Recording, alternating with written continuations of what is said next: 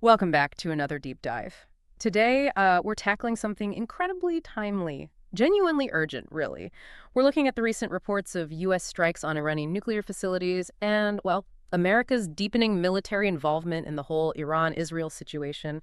Our goal here, our mission for this deep dive, is to try and cut through some of the noise, to understand the potential long-term costs, the strategic implications of this escalation.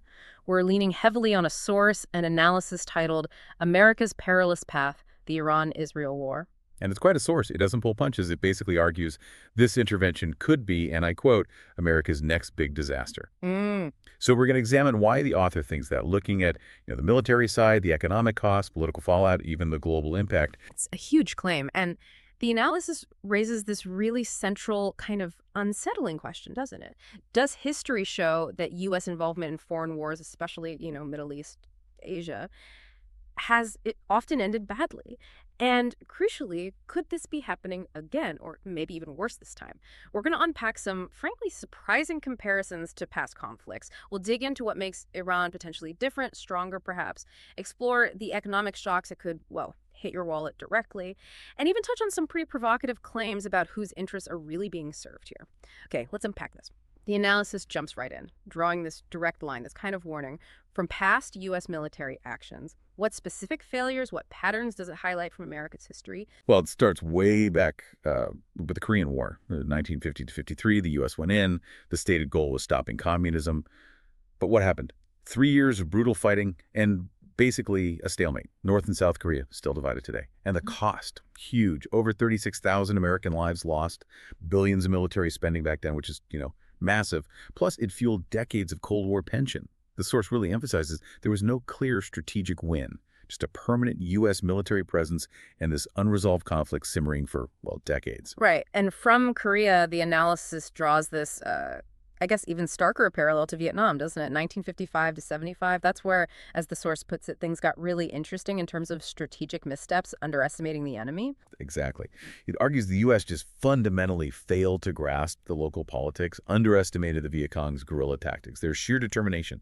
The costs there were just staggering. Over 58,000 American deaths, hundreds of thousands wounded. And back home, massive protests, social upheaval, a real crisis of trust in government. It tore the country apart. Did the outcome? America withdrew, defeated. Vietnam unified under communist rule. The analysis uses this as like a prime example of a long, costly war with unclear goals and ultimately failure. And then we jump forward to America's longest war, Afghanistan, 2001 to 2021. It feels like such a painful echo of those earlier stories. It really does. Yeah. The initial goals seem clear, right? Dismantle al-Qaeda, get rid of the Taliban.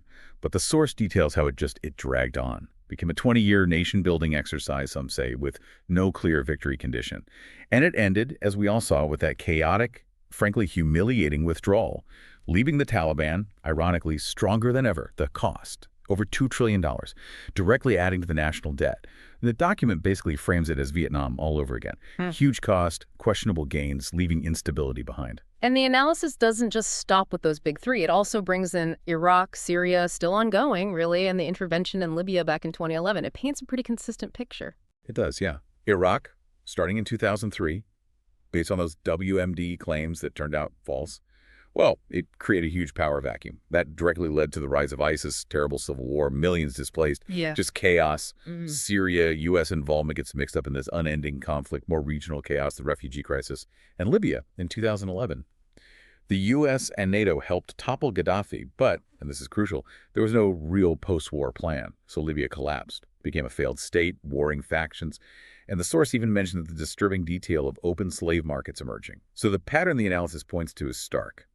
Interventions often backfire, create worse problems. Unintended consequences run rampant. It's a warning. That's a really sobering historical perspective, but the analysis argues this isn't just history repeating. It makes this claim Iran is not Iraq or Libya, it's stronger, which suggests a conflict now could be, well, fundamentally different, maybe much harder.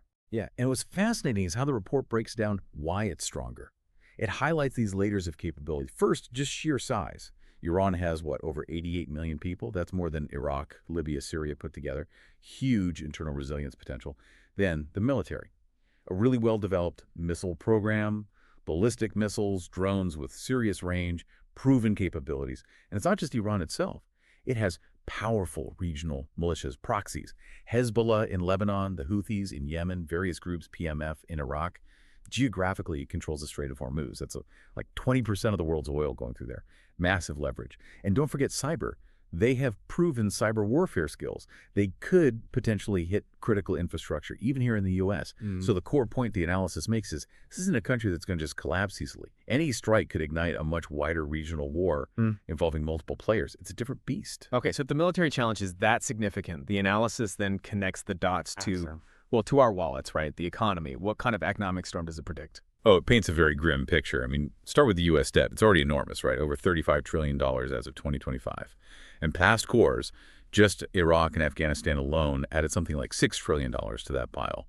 So another major war, essentially a prolonged one with Iran, plus the rising interest payments we're already facing. The source suggests this could genuinely push the U.S. into a kind of debt spiral, weakening the dollar, making borrowing more expensive for everyone.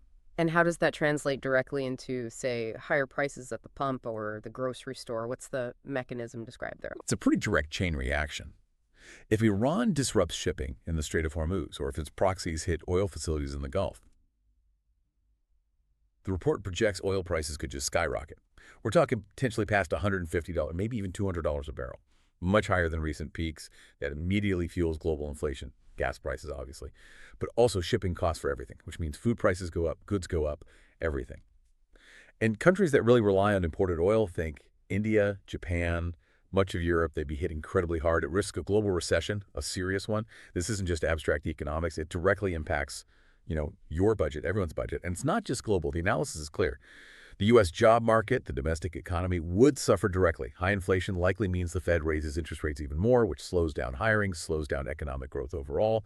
And think about government spending. Money that could go to healthcare, infrastructure, education, jobs programs, gets diverted to weapons, military operations. The document specifically warns about a potential spike in unemployment, stagnant wages for Americans. It could really deepen economic pain at home. Wow. So beyond the economic fallout, the analysis digs into the geopolitical consequences. It talks about rising anti-American sentiment, global instability, suggesting an attack might actually unleash problems rather than contain them. Precisely. The argument is that attacking Iran could, paradoxically, unify anti-U.S. forces across the region. You could see Iran's proxies stepping up attacks militias, hitting U.S. troops in Iraq, Syria, Hezbollah opening a second front against Israel from Lebanon. The Houthis in Yemen could increase strikes on Saudi Arabia, Israel, maybe U.S. bases in the Gulf, and even countries with complex ties to the U.S., like Turkey or Iraq, might publicly oppose American actions, fueling anti-Americanism on the ground. It essentially argues this creates new enemies, energizes old ones, a bit like after the Iraq War, where instability bred more extremism, portraying the U.S. as an aggressor. And the analysis takes it even further, raising the really alarming prospect of broader global chaos, even mentioning World War risk. That feels like a huge escalation. It does, but the source argues it's a real possibility because this isn't happening in a vacuum. Russia and China are closely aligned with Iran. China, for example, relies heavily on Gulf oil, including from Iran. Maybe close to 40% of its imports come through that region. Disruptions there are a direct threat to their economy. Russia could support Iran with weapons, maybe cyber help, provide diplomatic cover at the UN. They see it as pushback against U.S. influence. So if a conflict expands, the source lays out these nightmare scenarios. China might feel compelled to react, maybe creating a crisis over Taiwan or in the South China Sea. Russia could escalate things in Ukraine or Eastern Europe. You can even see proxy conflicts flaring up elsewhere. Africa, Latin America. The chilling bottom line is that a regional war could ignite sparks globally. World War III stops being just a historical term and becomes, well, a frightening possibility. Which brings us to maybe the most controversial part of the analysis. It directly challenges the why behind potential U.S. involvement with this claim. Let's be honest, this war benefits Israel far more than it does America. That really forces you to ask, whose war is this, really? Whose interests are truly at stake? Yeah, it's a very pointed argument. According to the analysis, Israel has clear, long-term strategic goals regarding Iran, primarily. Destroy Iran's nuclear program for good, maintain its own military dominance in the Middle East, and eliminate what it sees as a future existential threat from a nuclear-armed Iran. These are core security objectives for Israel, as the source lays it out. Okay, so those are Israel's potential gains. But the analysis contrasts that sharply with America's potential price. What does it say the U.S. stands to lose, or maybe not gain? Exactly. The analysis argues the cost falls heavily on the U.S. American troops would be the ones targeted. American taxpayers foot the bill for the bombs, the planes, the deployments. American citizens back home face the inflation, the potential job losses, the general insecurity, and then it floats this controversial idea of a strategy or maybe a trap. It suggests Israel, feeling threatened, might provoke Iran into reacting. And once Iran retaliates, the U.S., because of its alliances and commitments, feels forced to step in militarily. The source describes this as a calculated trap, effectively pulling the U.S. deeper into a conflict that serves Israeli strategic goals more directly than American ones. It even draws that parallel to Iraq, suggesting that invasion, despite the immense U.S. cost, ended up benefiting regional players like Iran and Israel, perhaps more than the U.S. itself. It suggests America risks becoming the military muscle for another country's foreign policy. So, given all these potential downsides, military quagmire, economic pain, geopolitical chaos, questions about whose interests are served, the analysis pivots inward. It asks, with so many serious problems right here at home, does America really need another huge foreign war? Right. It shifts the focus. It lists the pressing domestic challenges, a healthcare system with major issues, a housing affordability crisis, crippling student debt, the increasing impact of climate change. These are massive problems needing massive resources and attention, resources that would inevitably be diverted by a major war effort. And it notes that public opinion seems to reflect this too. Polls referenced in the analysis consistently show Americans favor less military intervention, more focus on domestic needs, diplomacy over conflict. Which leads to the source's sharp critique at the end of this section, that it's often war-hungry political elites and defense contractors pushing for these conflicts the average American never asked for. It suggests a real disconnect between the public will and, perhaps, policy decisions driven by other interests. So, as we wrap up this deep dive, the core risks highlighted by this analysis are incredibly stark, aren't they? We're talking about the potential for another unwinnable, costly war, serious economic pain for ordinary people, globally too, new waves of terrorism, maybe global instability, and America losing moral standing internationally. Absolutely. The source's fundamental plea is for diplomacy, for caution. It hammers home that historical pattern. Military interventions in the Middle East, they tend to fail or backfire badly. They often create more problems than they solve. And its final dire prediction is that getting deeply involved militarily with Iran may be the biggest catastrophe yet. It really leaves us, and you listening, with some heavy questions posed by the source to think about long after this deep dive ends. Whose war is this, really? Who pays the price? And maybe most importantly, who truly benefits? The analysis suggests the answers to those questions. Well, they may reveal that America is once again heading down a road paved with miscalculation, manipulation, and monumental cost. Something to seriously consider.